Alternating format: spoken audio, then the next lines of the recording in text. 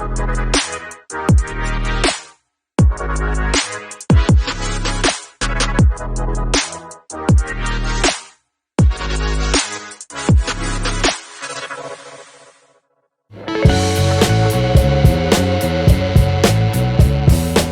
might think that listening is just listening, but actually people listen in all sorts of ways. Some good, some not so good.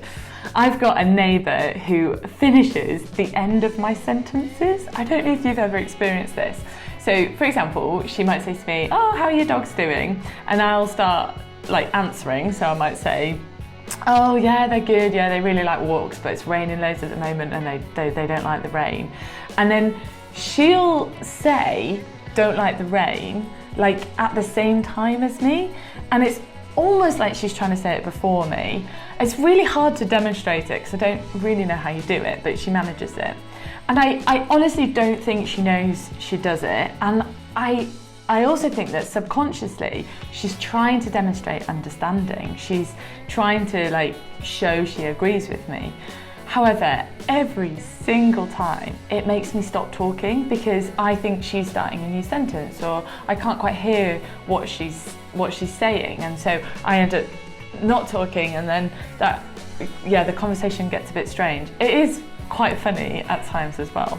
And then I've got another neighbour who interrupts quite a lot of the time, usually before I've finished my sentence. So she might ask me a question and then I'll start to answer, but before I finish my sentence, she'll jump in and be like, "Oh yeah, my children are the same," or "Oh yeah, I found that too." And then the conversation kind of moves on.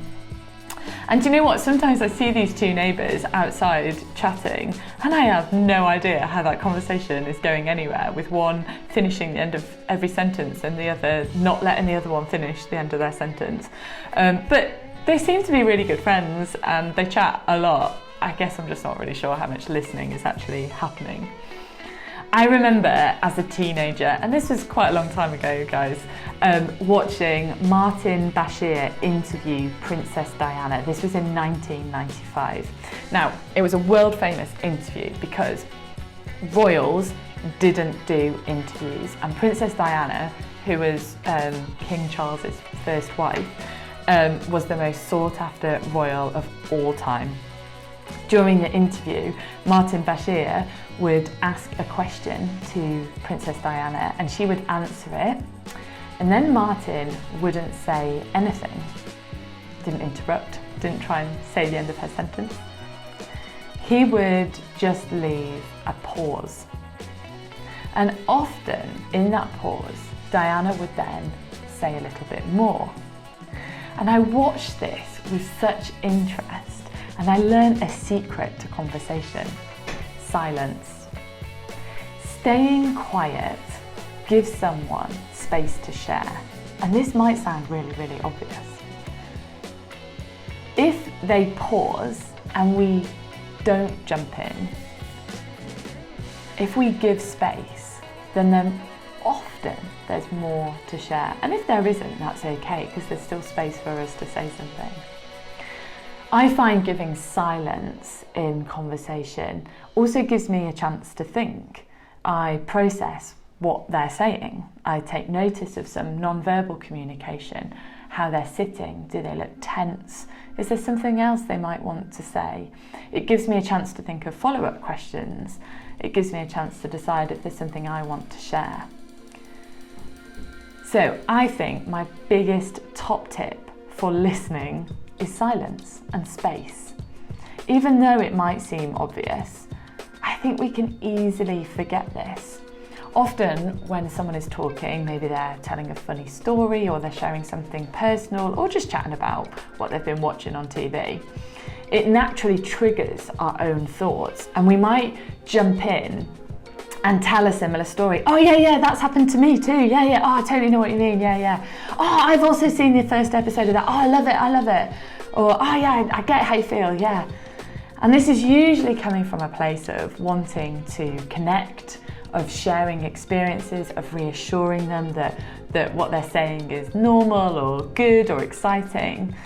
But in a way, this is a form of interruption, because even if they've finished their sentence, jumping in with, oh yeah, I've seen that too, is interrupting their flow of what they were saying.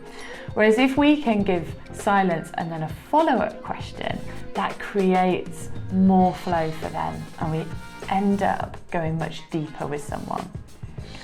Picture it a bit like this. If someone tells you something and then you tell them something, the conversation is a bit like waves at the beach. You know, when one wave comes in and then the other one's going out and the next one comes in, and it kind of feel a bit like a wrestle sometimes, like you've got this constant back and forth, and both people are saying their thing, but is anyone really listening to each other until one person relinquishes, basically.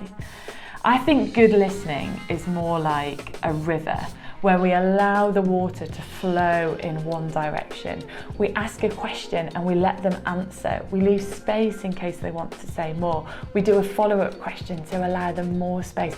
And we let that question and let the conversation flow in one direction before we might then share something of our own, which helps it to kind of flow on even more. And sometimes it flows faster and sometimes it flows slower, but giving space for someone to share everything they want to share, and they might not even know that they want to share it. And you know what, even if it's not like a deep and meaningful conversation, listening well means people will feel they can trust us with even more personal topics, and it means we can grow deeper friendships and connections with others. So we're going to do a little listening exercise now. What you need to do is get into pairs if possible. There might end up one group of 3. And you are going to choose someone that's going to be the talker and someone that's going to be the listener. And then you're going to set a 15-minute timer. And once the timer has started, the listener is only allowed to ask questions. Okay, they are not allowed to say anything else, only questions. So they're not even allowed to say, oh yeah, I agree. No, nothing, okay? You're gonna have to agree by nodding. And the talker is going to talk, but not ask any questions back. And I'm not gonna give you a topic for conversation. You're gonna have to ask questions that create a conversation that lasts 15 minutes, okay? And then once you've done that, maybe have like a 5-minute break, get a drink, and then swap over. If you're in a group of 3, then you might just need to make it 10 minutes each, just to make the timings work on that. So it's a really simple exercise. I've done it myself, and 15 minutes lasts quite a long time when all you're doing is listening, but it really stretches that skill of listening, giving space, and not jumping in with our own thoughts or opinions and just asking follow-up questions. So good luck with this.